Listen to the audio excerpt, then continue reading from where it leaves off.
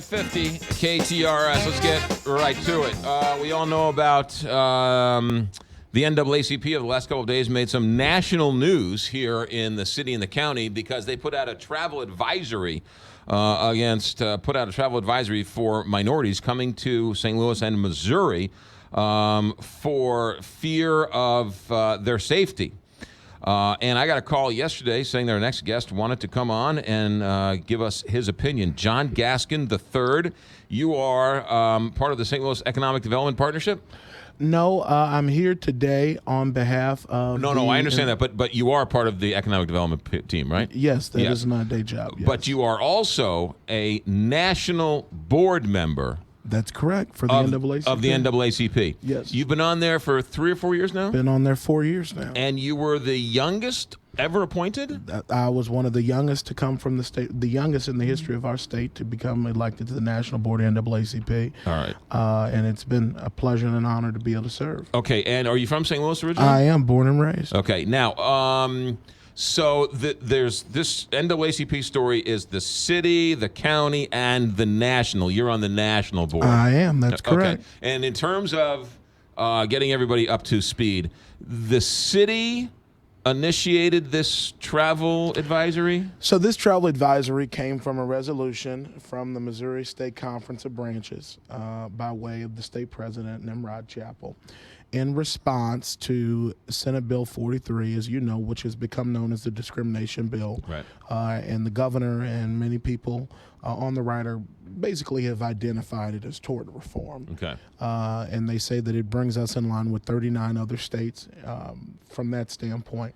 The reality is SB 43 is bad policy. It makes it harder for people to sue their employer based upon discrimination.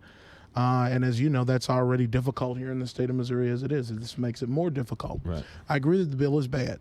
But the reality is the NAACP putting in place a travel advisory, number one, is misleading. Number two, it's counterproductive.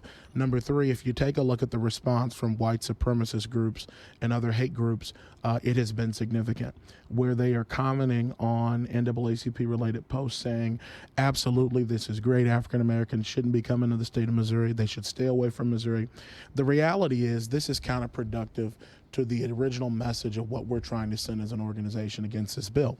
People who are basically the base of Eric Greitens and other people that are on that side of the aisle, who some unfortunately have a very negative connotation towards African Americans.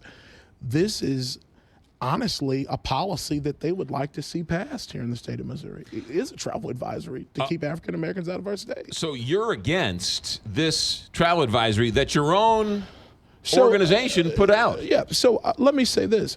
I am certainly 100% in favor of the reasoning behind it. We have some significant issues here in the state of Missouri with the University of Missouri. Currently here in the state of Missouri, based upon the program through the Attorney General's office, through the racial profiling tracking numbers, which the NAACP wrote that bill under the Carnahan administration, African Americans are 75% more likely to be pulled over here in the state of Missouri. In addition to that, leading at the top of that list, and I'm going to call them out, the city of Ladue, who the NAACP has called out for years. Next week, the NAACP, St. Louis County, is releasing a report card on municipal traffic stops. And some of the people who are the top 5 in that list are the same people that we've been going after for the past 10 years. And their numbers have not changed. They've gotten worse. And Ladue continues to lead the way with that. To be honest with you, I challenge my own organization to this. If we want to put in place a travel advisory, let's put in place a civic engagement advisory, meaning we're challenging more people to run for office, that we're promoting past policies that the NAACP should pass. Number 2, that we get as many people out to register to vote so that we send progressives and people that represent our policy back to D.C., back to Jeff City. And so, you know, the reality is we've got people, I've had several people call me, ask, you know, is it safe to send my African-American son to the state of Missouri? You know, the reasoning behind a travel advisory goes back to the State Department. The United States issues these from time to time in major nations when we feel that things may be difficult for Americans to travel there, or there's heightened tensions there, or there's reason to believe that Americans will not be safe in that country. The reality is there are some policies in place that could potentially challenge the safety of African Americans here in our state.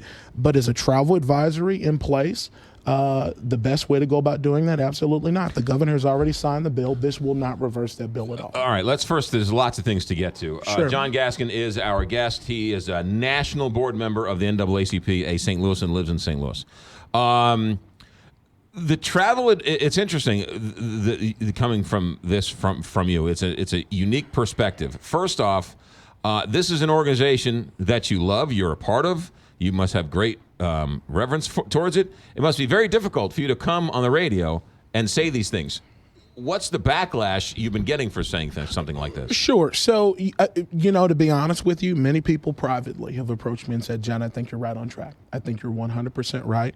I think this is counterproductive. And to be quite frank with you, the people that this hurts are primarily people of color and African Americans. You go in a hotel downtown St. Louis, many people that are members of SEIU, the fastest growing union in the country, they don't look like you. They look like me.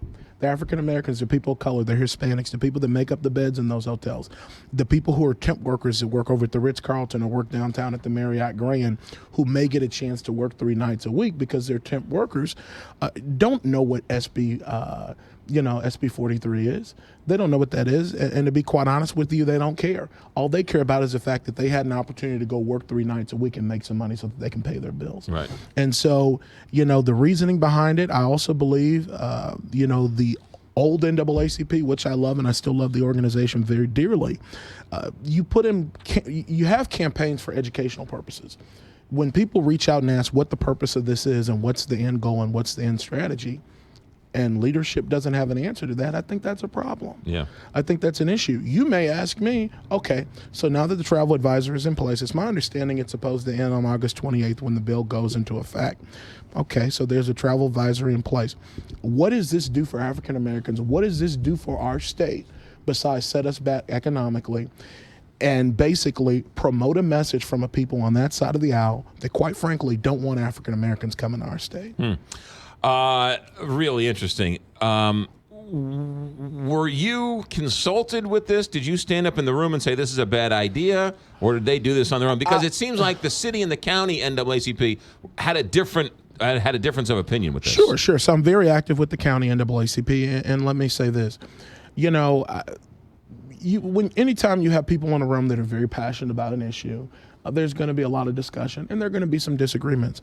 And on this particular issue, I disagree. The county, at one point, the county had some very significant concerns about it. The membership met, the president heard from the executive committee, and decided that they wanted to stand behind the travel advisory. Even in that meeting, I made it known that I'm against this. I think it sets our region back. And the reality of it is this, McGraw. Here in Missouri, because of ordinances that we have locally, people's civil rights are protected. This bill primarily affects African Americans and people that are in outstate Missouri in areas like Sedalia, not trying to call other rural communities out. But the reality is that's who it primarily will affect in outstate Missouri, not necessarily here in St. Louis City and County and Kansas City, major metropolitan regions like that. Do you think it is safe for African Americans to come and visit St. Louis and the St. Louis metropolitan area and the state of Missouri? Absolutely. However, I do think, similar to the advisory, there are things that African Americans should be aware of. There are some conditions here that will make life very difficult for African Americans. The fact of the matter that we live in a state where you're 75% more likely to be pulled over, that's racial profiling. And the numbers have not gotten better. They've gotten worse. You would think after Ferguson they would improve. Right. What about, you called out Ladue, and we'll wait for that report, and you're always welcome here on the show. Absolutely. I'd be happy to come on and discuss it next week. But what about, you mentioned Ferguson, you mentioned North County. We've focused a lot on the amount of tickets written in North County and Ferguson. Is it a different problem in Ladue than it is in North County where they're writing tickets on a ticket machine? Sure. So what I'm concerned about, McGraw, is, as you know, there are very few African Americans that live in Ladue. Clearly, the people that are being stopped are folks that are traveling to work or traveling to shop or where it goes. People want to talk about a travel advisory. How about we talk about an advisory about being black traveling through the city of Ladue? The reality is African Americans are being stopped at significant rates in areas like McKnight Road, on I-64, on Clayton Road, and they're being stopped at disproportionate rates. And as you know, they've been called out about this before, and the numbers have gotten worse, not better, worse. So explain to me, because I really want to hear this. So I apologize if I asked the question incorrectly. Sure. But is it possible to actually compare apples to apples? Because there's somebody listening to this saying, oh, wait a minute. There are other variables as opposed to the color of the skin. Maybe it's the car they're driving. Maybe it's the taillights really out. Maybe they're traveling without baby seats. Maybe they're speeding. Maybe they're driving erratically. Can you really equate a white driver to an African-American driver on McKnight and Manchester Road? Well, let me say this, McGraw. I'll tell you what. I've been pulled over in Frontenac. I've been pulled over in Ladue. I've been pulled over in Wildwood. I've been pulled over many times. And happened to be in the car with a friend of mine who happens to be white, and we got pulled over about 2 weeks ago. And the first question was, sir, do you know how fast you were going? Sir, do you know your tail light is out? Nothing like that, which wasn't the case. It was, is this your car? That's the first question. No, McGraw, you're laughing here. No, I'm serious here. I believe you. You know, I'd rather be asked, what kind of suit is that? Right. But is this your car? That's the most insulting question someone can ask you. So basically, because I'm driving through Ladue, and I'm driving a nice car, and I'm a young guy, I'm only 24, right. You ask me, is this your car? Right. Now, what difference does it make? It could have been my dad's car, and I decided to take it out of the garage without him knowing. Right. But the reality is, it's my car, and the officer probably could have known that when he sat behind me for 2 minutes and ran my plates. Right. So, you know, this whole thing about can you compare apples to apples? The reality is, being an African American in this state, you're going to be pulled over at a disproportionate rate. And in my opinion, that's a problem. And it's a big problem, and it's not being addressed, especially right here in municipalities. Yeah. It's one of these things where, and this is the unique American experience, I have no idea what it's like to be pulled over for the color of my skin. McGraw, I'm going to keep coming on your show because the fact of the matter that this is great. The fact of the matter that you just openly admitted that is, in my opinion, a step in the right direction. We have so many people that just want, well, the numbers are skewed, yada, yada, yada. If you just take a step back and consider what it may be like to walk in those shoes for a day or for a time, you can develop some context and gather an understanding and say, you know what?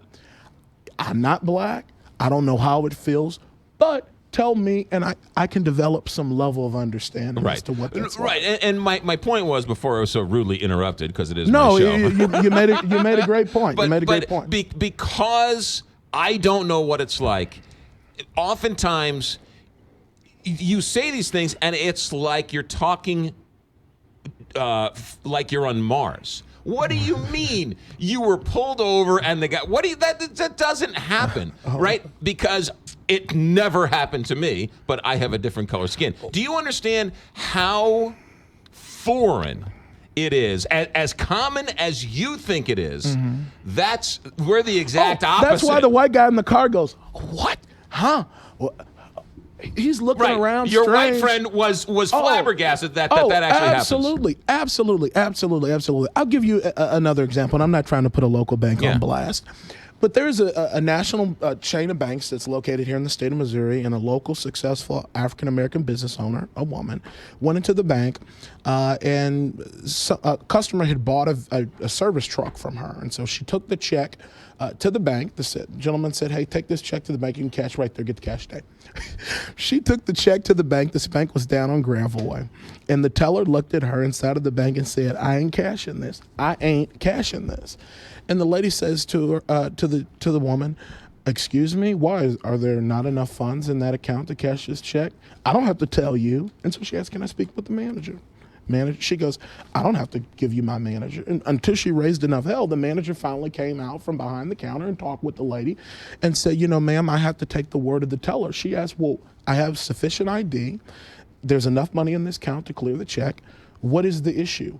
Well, ma'am, when we have people that come in of your identity, there are typically some questions around the check, and a lot of times we will put a hold on it. To be quite honest, we don't have enough cash here. You're telling me a bank doesn't have $5,000 worth of cash? Right. It's those sorts of incidents that people come to the NAACP about all the time, not just in St. Louis, but across our state, that provide some context and understanding what it's like to be African American here in this country.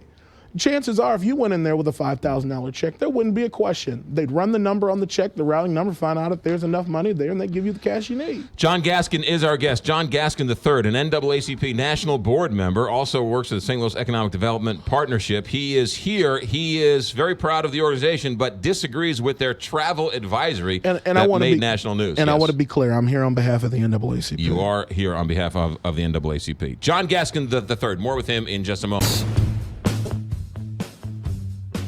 9:29 here, 9:30 here, Big 550 KTRS. John Gaskin is with us, NAACP national board member here in St. Louis. You said something to me on the break. I want to bring it up here.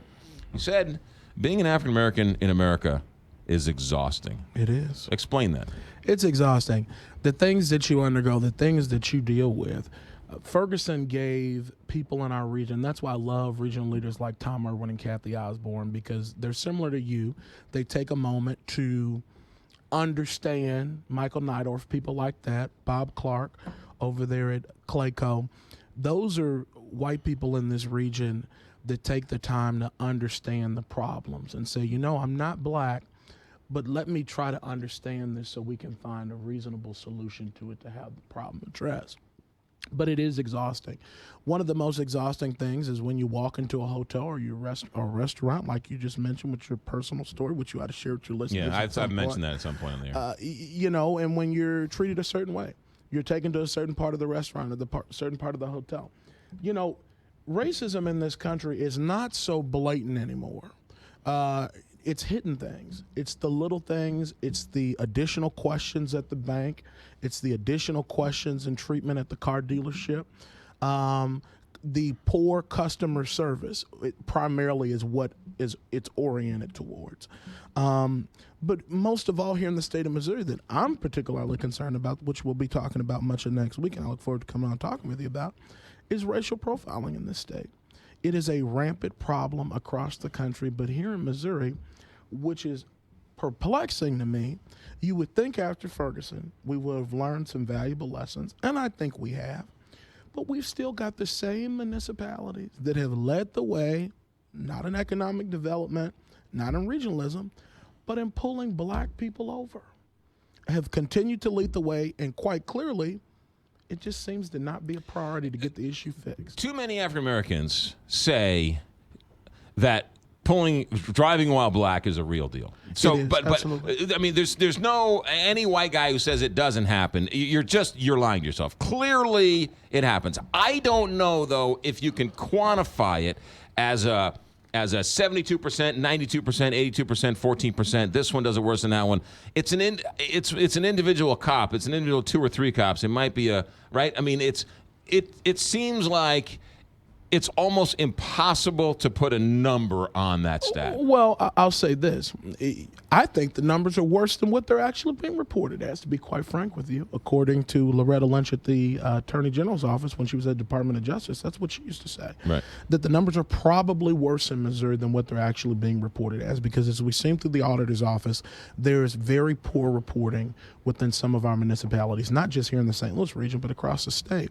With particularly Ladue, which I'm pointing out, and we'll get to them next week, trust me. Right. You have a history there in that municipality where you had a police chief that was advising his officers to pull over black people. Those were the instructions that they got. Now, since then, that police chief is gone, and the mayor claims that, she's dealt with that issue. Clearly, they haven't dealt with it if the numbers got worse. Right. But, for Pine Lawn, I like to pick on Pine Lawn. You like to pick on Ladue. I'll pick on Pine Lawn. Pine Lawn has 2,000 residents, and they've got 17,000 tickets in a year. That's crazy. That's insane. And not only that, the police chief went on to decry police brutality and everything else, which doesn't make any sense. But are those numbers in those numbers somewhere? Because is it a black officer pulling over black people? Is it a white officer pulling over black people? So I'll give you an example. In many of those municipalities like Pine Lawn, Florissant, many of those police officers are white. At one point, the city of Pine Lawn only had 2 black officers in a town that was 98, heck, probably 100% African American. Right. Let me stop you there. But the police chief was black. Yes, that is my And the mayor was black. That yes. Mm-hmm. So in that instance, well, see that in that instance, you have a situation there, I believe, where you have a town that was taxation by citation, right? Where they were writing tickets, to generate income. Now, whether you were blue, green, whatever, they don't care. If you got some money, they want to pull you over. The only color there clearly, that mattered now, was green. in Ladue, revenue clearly is not an issue. Right. I think in that particular instance, they may just be harassing black people because they don't want them driving through the city. Right. Let's get back to this travel ban. You said you think that this NAACP travel ban, in a sense, tells African Americans to be in by 7 o'clock. Well, it could be interpreted that way. One of the things that is most concerning to me is what white supremacist groups are saying. It is scary. It's very concerning to me, and let me tell you why. The Springfield News Leader just did a story just yesterday, a couple days ago, and it is just bewildering what these white supremacist groups are saying about this travel advisory. Many of them are praising it. Good, this is the best decision that the NAACP has made in its entire 108-year history. If this is what white supremacist groups are saying about this particular piece of policy, my God. John Gaskin, when are you going to run for office? I don't. At this point, I don't have any intentions of seeking public office. So what? 2 years from now? Is that the McGraw, answer? No. NAACP National Board Member John Gaskin III. You're going to come back next week or 2 weeks when that report comes back. When you get back from vacation, I'll be back. You are always welcome here, John Gaskin. Thanks for coming in. Thanks for having me. 9:30.